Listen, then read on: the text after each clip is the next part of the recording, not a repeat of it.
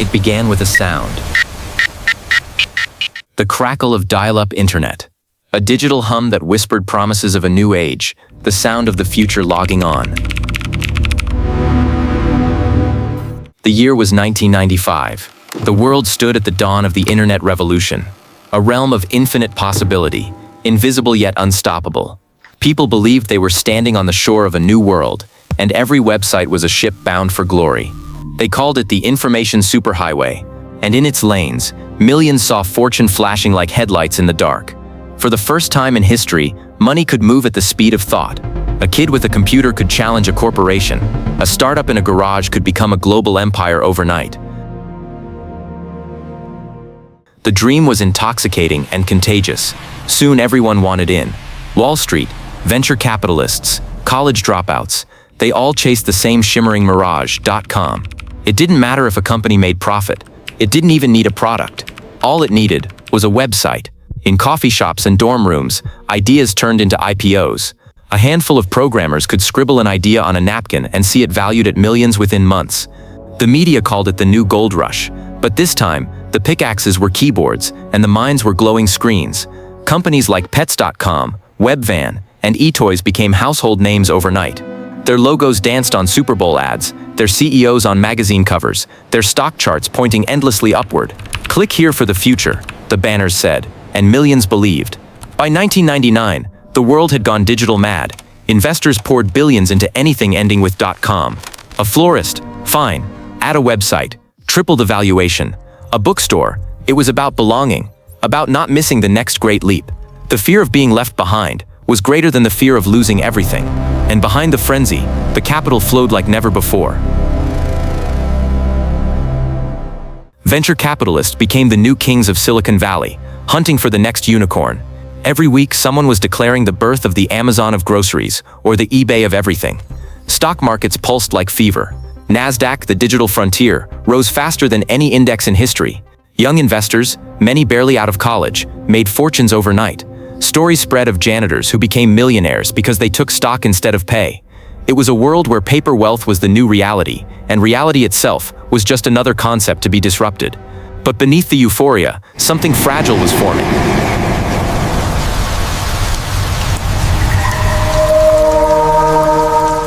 The foundations weren't built on revenue or reason, but on belief.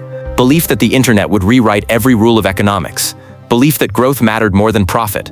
Belief that the future would always arrive tomorrow. Analysts warned of risk, but their voices were drowned in the roar of progress.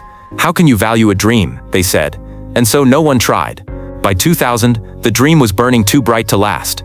The charts that had only ever gone up began to flicker. A few failed earnings reports, a few missed expectations, and the illusion began to crack.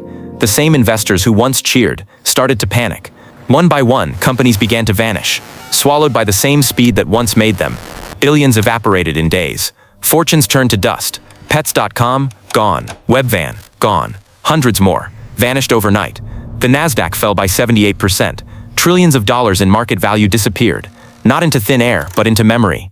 In Silicon Valley, the streets that once glittered with optimism grew silent. For sale signs replaced billboards.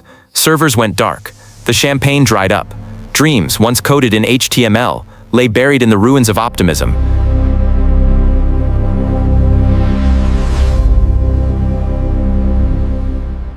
But amid the wreckage, something survived. Not gold, not glory, but knowledge.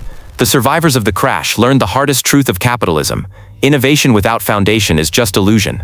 Because even in collapse, the seeds of the next empire were taking root. In the ashes of the bubble, a small search company quietly refined its algorithms, Google.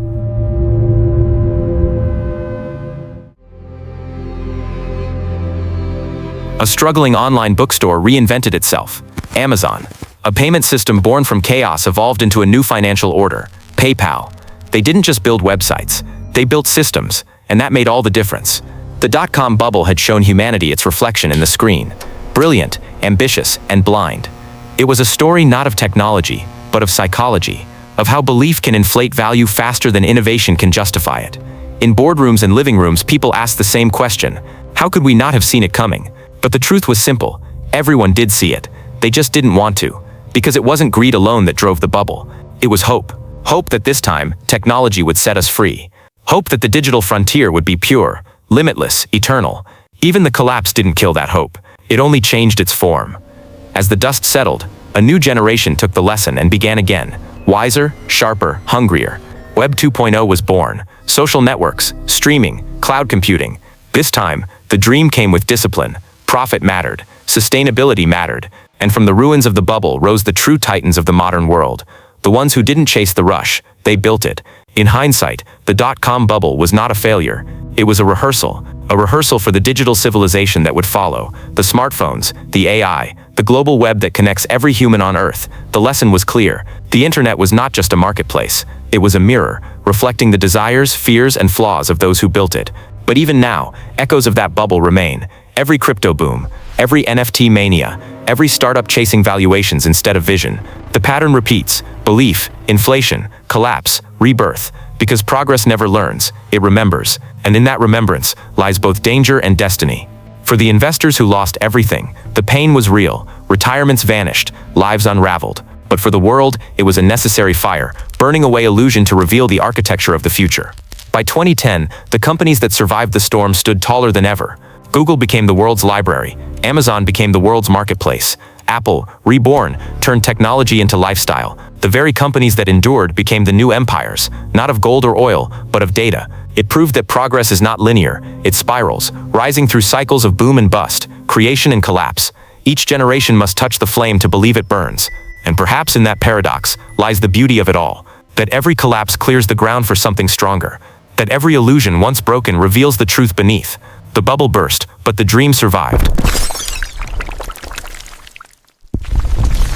Today, when we tap a screen, when we trade stocks from a phone, when we build companies in the cloud, we are living in the aftermath of that madness.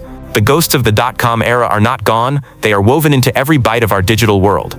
Because true wealth was never in the stock prices, it was in the code written by dreamers, in the lessons learned by failures, in the resilience of a generation that refused to log off. The dot-com bubble taught us that belief can build worlds, but only wisdom can sustain them.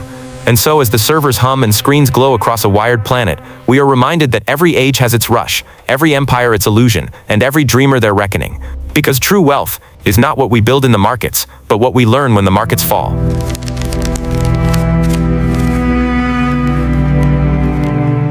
You've been watching Wealth Untold, where stories of fortune, power, and fate reveal the truth behind human progress.